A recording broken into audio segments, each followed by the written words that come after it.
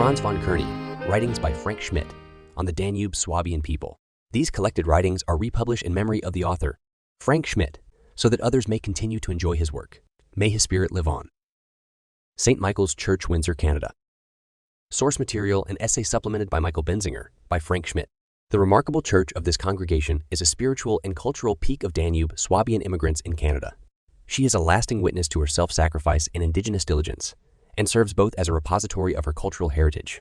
The border town of Windsor is located in the south of the province of Ontario, in the so-called sun space of Canada, and in the shadow of the modern steel and glass high-rise buildings of Detroit, USA on the opposite side of the Detroit River.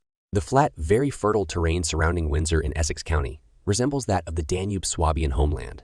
Perhaps that is the reason why several Donau-Schwaben have settled here before the two world wars. But the area received the largest immigration rate since the Second World War. During this period, hundreds of homeless Danube-Swabian families victims of displacement, deportation, starvation, and inhumanity came to Essex County and found peace, freedom, and a new home in the city and in the countryside. Due to the economic boom of the time, all soon found jobs or started business. In a short time, most have acquired their own homes and achieved by their proverbial diligence a modest prosperity. But men do not just live on bread alone. What was missing was a religious center, a German Catholic communion in which they could exercise their religious duty in German and were allowed to celebrate their festivals in the usual way as in their lost homeland. Other ethnic groups in Windsor did not have their churches except the Germans.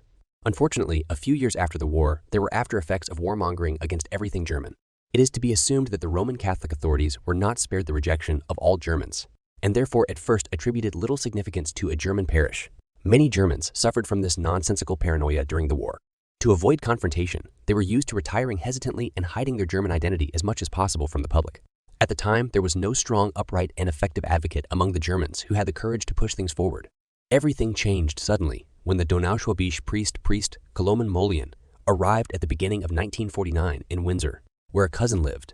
He was born in the Danube-Swabian village of Bach Brestovac in Hungary, now Yugoslavia, and had experienced the suffering of his compatriots' expropriation, expulsion hunger camps, communist prisons, and escape. In 1947, he fled a prison in Titoslawien and landed in Austria, where he worked for a few years in Vienna as a pastor among the many refugees. Below is a quote from the book Canada's Danube-Swabians by Professor Fritz Wyden and Michael Benzinger. Pastor Moullion was a very gifted organizer. On April 3, he celebrated his first Mass in Canada, in the Church of the Hungarian Community. 3 weeks later, on April 24, 1949, he stood before a gathering of 212 interested Danube-Swabians. Within days, he had a construction committee that checked a number of building plots and located a suitable site. A privy councillor had already collected $11,000 as a foundation site. On August 14, 1949, Monsignor Dillon broke ground for the construction of a church basement, which was also to serve as a temporary church. The rapid development of things brought with it inevitable problems. In December 1949, the builder temporarily interrupted all work because he was waiting for additional funds to be made available. The funds were raised, and on July 23, 1950, Bishop G.C. Cody of London, Ontario, blessed the new hall and the priest's residence in a solemn ceremony attended by no fewer than 600 faithful.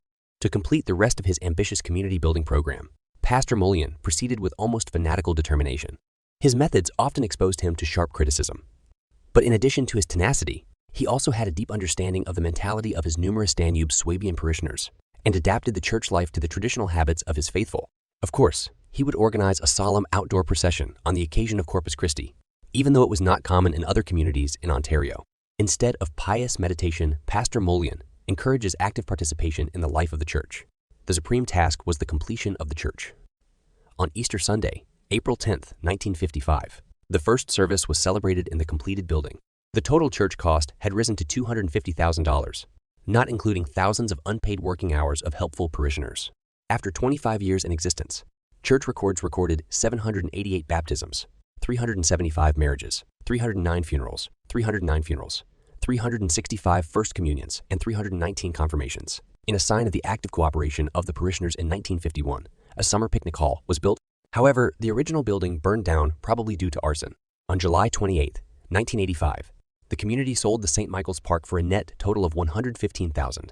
The proceeds were invested in 2 long-term securities of $40,000 and $60,000 and used to pay for a new church roof and community library facilities.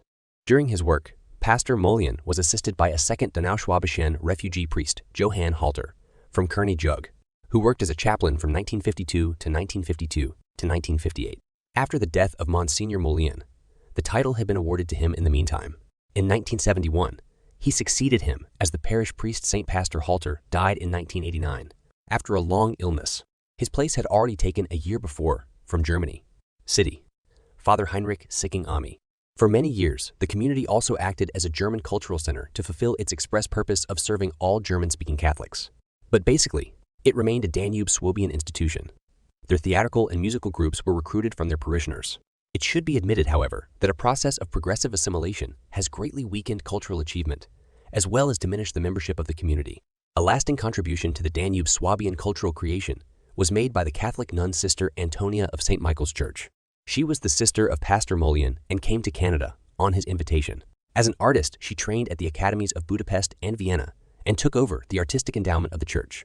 Noteworthy are their stained glass windows, and especially the designs and execution of the many mosaics that adorn the interior of the church and the outer wall. Her work is a remarkable example of modern and yet understandable art and shapes what is probably the last major Danube-Swabian church building in the world. In 1955, Sister Antonia began painting a symbolic representation of the church year and the ceiling. This was followed by the design of the 7 large mosaics, a crossing scene flanked by the 12 apostles for the main altar, St. Boniface, and St. Elizabeth on the front walls, the 7 pleasures and the 7 pains of the Virgin at the side altar, St. Michael above the entrance, and on the outer wall, and the symbols of original sin, and the Holy Spirit at the baptismal font. She also designed 32 stained glass windows. This number includes the 6 side windows depicting German saints: Hildegard of Bingen-Hedwig of Silesia, Gertrude the Great, and Emperor Henry II Albert the Great, and Peter Canisius. Taken together, this artwork may be the most valuable Donau-Schwabisch contribution and will probably outlast the parish. Your art monument certainly has no rival among the Danube-Swabian achievements in Canada. At the beginning of September 1998, during the so-called Labor Day weekend, Labor Day, the great 3-day of the Danube-Swabians of the Canadian and U.S. Federations, took place in Windsor. On Sunday morning, my wife and I participated in the field fair in Teutonia Park. We sat under shaded trees and listened in silent attentiveness to the preaching of Pastor Heinrich Sicking of St. Michael's Church. I was very impressed. He understood how to convey the fate of the Danube-Swabians in a comprehensible and emotional manner to those passing church members who had come together from near and far, as well as to highlight the virtues of the Danube-Swabians. On my flyer was a quote from Professor Dr. Fritz Weider. The St. Michael's Gemeinde is basically a Donau-Schwabisch institution. This valuable artwork shapes probably the last Donau-Schwabisch church building in the world. Whether that was true has aroused my interest. I had already visited St. Michael's Church of the same name in Entre Rios, Brazil, as well as St. Raphael's Church in Blacktown, Australia. Both are important Danube-Swabian creations erected after the war by Danube-Swabians. But which church was last built? The question is still open. Windsor is about 400 kilometers from my Toronto apartment. I have been to the city many times, probably already heard of St. Michael's Church, but its Danube-Swabian significance was unknown to me. On Monday of the 3-day festival, I made up for the missing one to convince myself about their Danube-Swabian meaning. My wife and I first stood on the grounds of St. Michael's congregation and admired the mighty church located in the middle of a dignified residential area.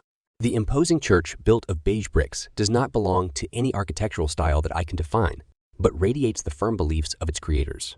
A mosaic next to the side window entrance points to the expulsion of the Danube-Swabians from their homeland, and a much larger mosaic on the side wall is an illustration of the Archangel Michael. At the site of the church, my thoughts wandered back to the construction of this temple, to the sacrificial nature of the founding members, the anticipation of an already immigrant priest, and the dedication of a nun who has left her unique art to her denomination. Would a similar commitment to a common cause still be possible today? I leave the answer to you. After the morning mass, the pastor Heinrich Sicking gave us, despite other projects, a personal tour of the church and showed us the handsome artworks of Sister Antonia of the Order of the Poor School Sisters of Our Lady of Kalaksa, Hungary. The modern-style mosaics and stained glass windows are easy to understand, especially when a very accommodating and knowledgeable priest explains the meaning and significance of the tricks in such detail. The 10 windows on the east side cover topics such as God, the creator of heaven, light, day, and night, heaven and earth, land, and sea, sun, moon, and stars, sky vaults, and waterman, crown of creation, the parents of heaven, paradise. On the far side, Eucharist, penance, and repentance. Particularly impressive are the 6 stained glass windows in the aisle depicting German saints. In the choir right, the Heart of Jesus choir left, the Heart of Mary, choral staircase, an angel. In the baptismal font, martyrs, victims of the camps and expulsion. The statue of Sister Antonia is undoubtedly the mosaic of the high altar with the crucified Jesus, as well as portraits of the 12 apostles flanking the central picture. The church is a jewel of Danube-Swabian art and a permanent monument of faith and a memento of the creators. For us first-time visitors, the visit to this church was an enlightenment of the spiritual cultural assets of the Danube-Swabians in Canada, and an impressive experience. It is immediately a permanent monument to the siblings Moullion and a commitment of the members of the church. Too bad that this high performance of the Danube-Swabians in Canada is not well known. At the end of our visit, Pastor Sicking regretted that he had already accompanied many of the founding generations to the grave. Miskra. Moullion died on February 16, 1970. And his gifted sister succeeded him on February 3, 1989, and was buried next to her brother at St. Alphonsus Cemetery in Windsor. Amazingly, despite the great losses, the St. Michael's community continues to thrive and is still a living center for the Catholic Danube-Swabians in Windsor. It is probably attributable to the Danube-Swabian peculiarity that the community has a good financial basis. It is debt-free and has hardly any impoverished members. Michael Benzinger, the layman, reports on the current status of St. Michael's community. There are currently around 200 registered members, of whom 1/3 are housebound because of old age or illness. The average age of the members at the moment is about 75 years. Easy to understand if one considers the following facts. Since the beginning of the 60s, hardly any German-speaking immigrants came to Windsor. The attraction of the one-sided industry of the city is over. Many second and third generation members have settled outside of the city, and most have moved away from Windsor for work. For many, especially those with a university education, there were few opportunities in this environment to find a long-term job. Some parents have retired their children to other cities. Nevertheless, the Michaelsgemeinde continues to be a living parish community through active attendance at Sunday service, regular Labor Day masses for the departed members. Liturgical celebrations and traditional holidays continue to be well attended. The Women's and Men's Association and Seniors Group are still active. Home and hospital visits promote a sense of community. Father-son and mother-daughter breakfast gatherings are very well attended. The annual Kirchway celebration brings together 3 to 4 generations. Thanks to the savings from the heyday of the community, the generosity of the current albeit smaller crowd of believers, and still voluntary working hours, the financial burdens can still be passed. Operating costs, building maintenance salaries for employees, mandatory levies, taxes, mission donations. At the founding meeting of Michaelsgemeinde on April 24, 1949, 212 Danube-Swabians declared, "I want to build a church." They kept their word, but we are obliged to receive them. These are confident words from a member of a community at 75 years of age. Such a positive attitude belongs to the Danube-Swabian virtues that have saved the hard-tested people from ruin. Michaelsgemeinde all honors. May it prosper with God's grace far into the next millennium.